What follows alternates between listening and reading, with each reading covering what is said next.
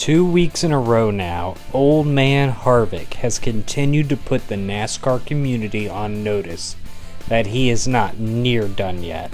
I saw so many people last week shocked that Harvick got a win and didn't expect him to make any noise in the playoffs.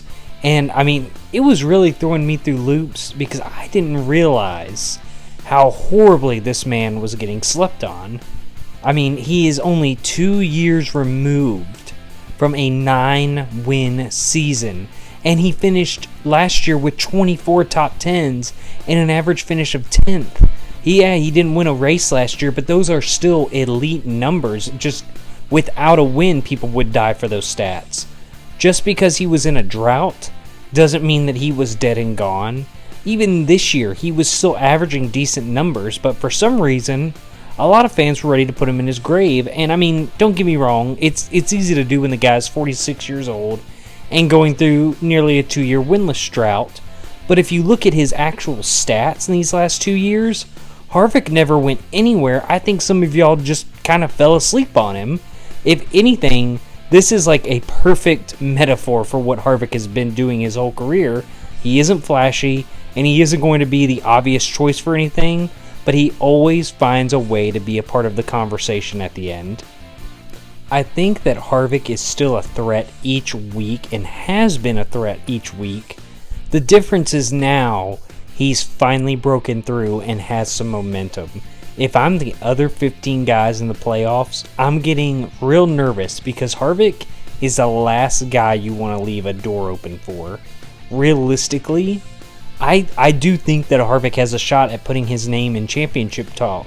Even last week I was saying don't just assume that was a fluke win, because Harvick's stats do not scream fluke. Honestly, if you made me pick a Final Four today, Harvick would probably be on that list.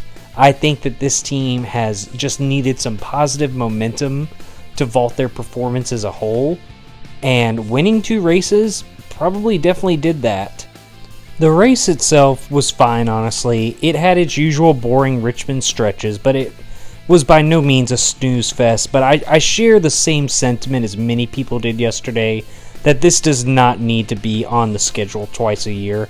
I think giving one of these Richmond dates to somewhere like Road America, who just lost their date, would be a better plan.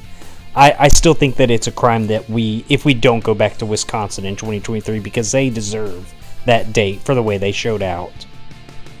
As for playoff ramifications from yesterday, Blaney remains on the hot seat despite gaining more points than Truex yesterday, but neither of them, I would say, probably had the day I think they wanted, and I remain pretty staunch in my belief that we'll probably get another winner before the playoffs start, and I'm still leaning towards it maybe not being Blaney or Truex. But we'll have to see. Literally, Chris Buescher almost shocked the world yesterday. If you can't sit here and tell me that there's not a chance we get 2 more winners, one in Watkins Glen and one in Daytona. You can't convince me that it can't happen. Probably the most exciting news that has nothing to do with Richmond or the race yesterday comes out of the fact that rumors are going around that Texas Motor Speedway will finally be getting the renovation that it really needs, and to hopefully make the track more exciting.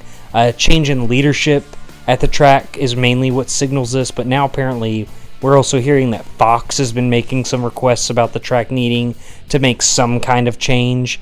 And this really just goes to show you that the arrogant comments made by Marcus Smith after what was easily the worst all-star race of all time were nothing more than hot air, and a millionaire who sees the writing on the wall but is too stubborn to actually do anything about it without being forced.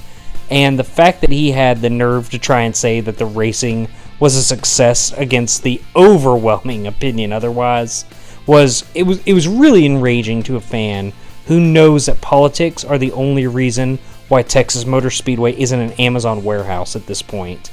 Now, I'm not sure what they're planning to do to the track. Maybe they'll just reconfigure the oval to be a little more entertaining, which I probably would personally lean towards that.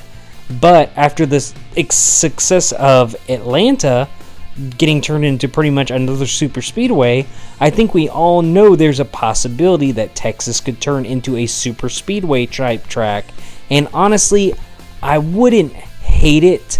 I don't think we need any more than 6 super speed races a year, but I think that 8 would be getting a little crazy, especially whenever you consider owners' wallets. But I can't lie to you and say that it would bother me that bad. I don't care if that's what they end up doing.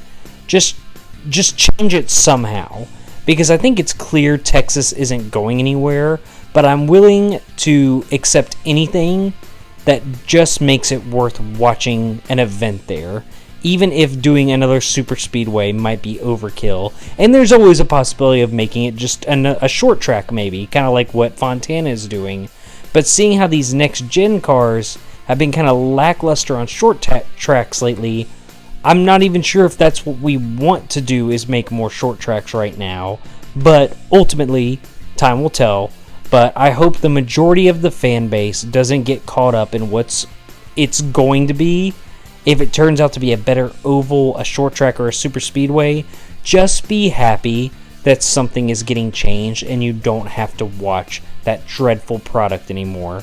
But what do you guys think? What do you hope actually happens with Texas?